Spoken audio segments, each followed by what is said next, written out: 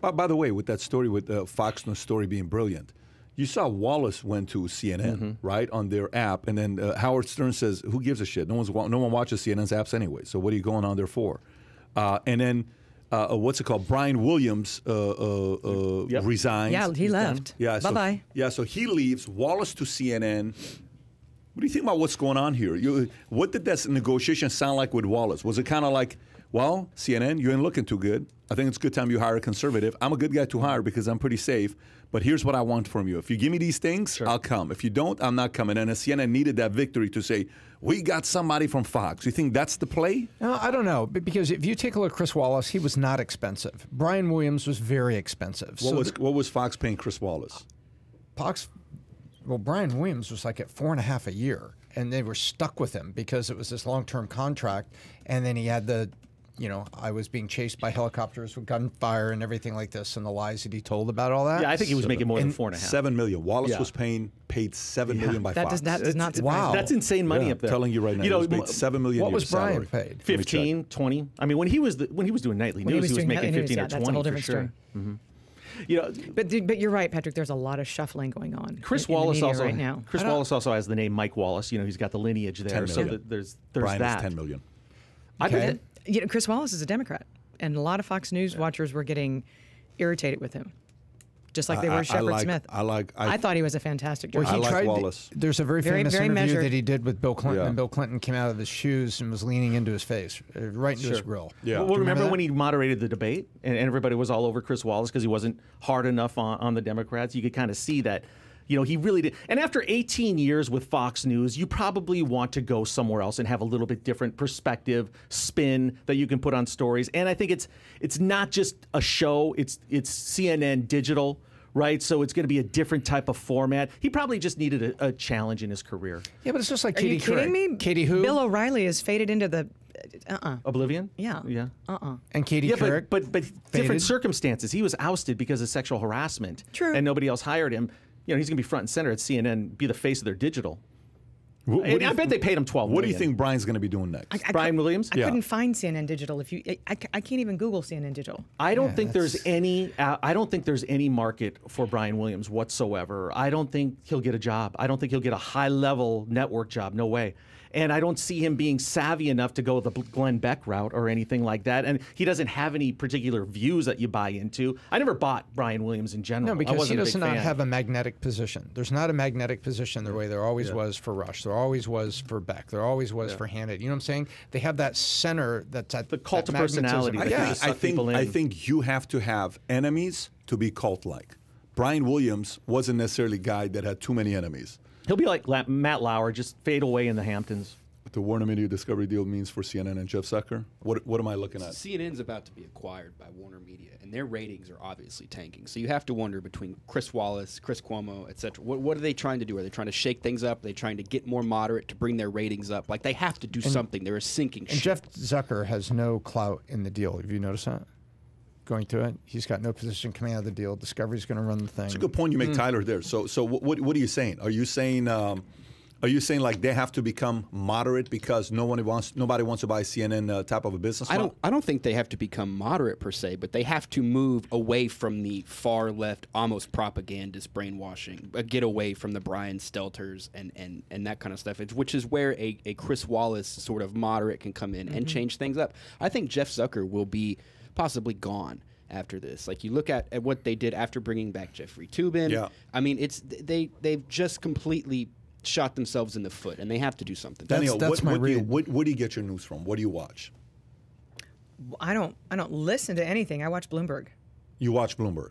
Well, Okay. but because it's Bloomberg TV, it's got like information all I got you. That's a over the different screen. story, though. Yeah, that's a different story. But I mean, the $35,000 a year type of deal. You talking about that? You talking about the membership of Bloomberg? No, I mean the television station, Okay, Bloomberg got TV, it. because it's got all the information on it. I got you. I mean, but like, you don't watch or listen to anybody.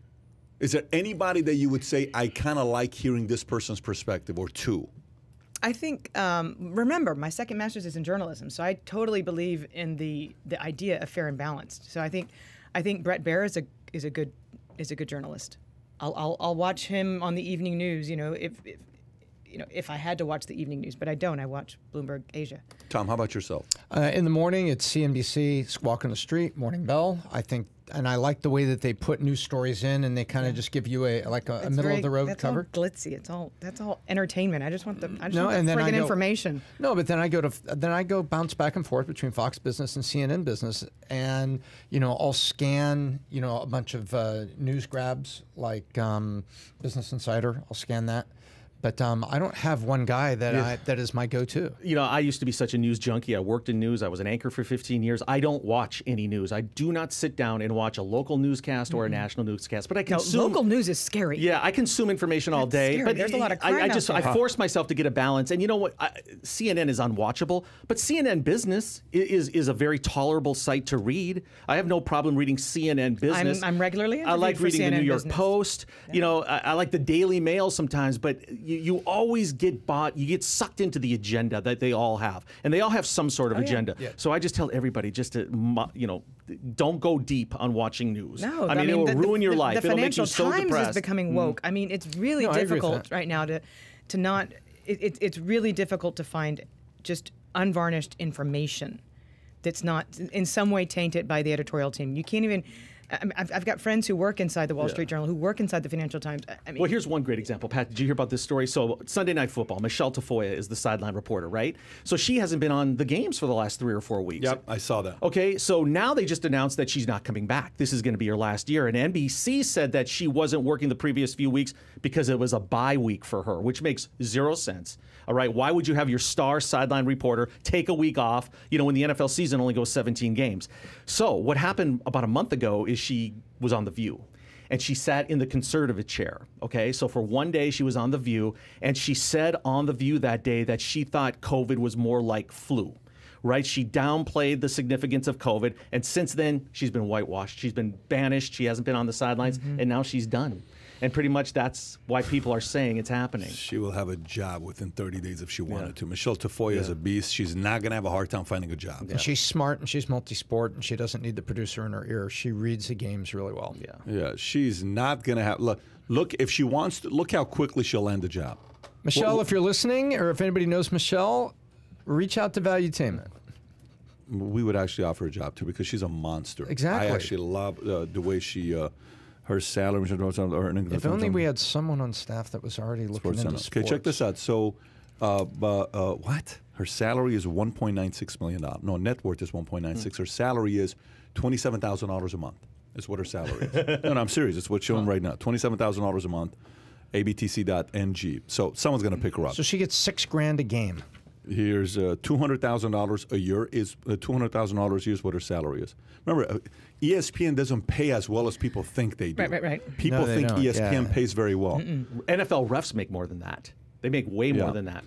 And Michelle got a lot of clout. She's got a lot of credibility. Yeah, she's been around a long time. She's like older. Al She's Michaels, 57, I think. You hit news. Well, like Al Michaels, she's also so multi-sport. she hasn't taken anything yet. She's multi-sport. No. She's covered NBA. I see what you're saying. On the floor. Yeah. Islamic calling competence. Oh, she also slammed NBC's Michelle. Okay, let me pull this one up because you just brought it up. Longtime NBC Sports sideline reporter Michelle Tafoya is changing roles after criticizing Colin Kaepernick's Netflix series for liking the NFL to slavery during November episode of The View. I remember this back and forth with what she said. No one pressures them. So this was, again, on The View. No one pressures them. She told View co-host Sunny Hostin on November 3rd's episode, prompting criticism on social media, they're not forced to go into the NFL. Tafoya, who has been on the NFL sidelines, et cetera, I mean, if you haven't seen it, you got to watch it. Yeah. She's a beast. She stood her ground. So if you enjoyed this little short segment from the podcast that we did, here's another short segment to watch. Or if you want to see the entire podcast, click over here. Take care, everybody. Bye-bye.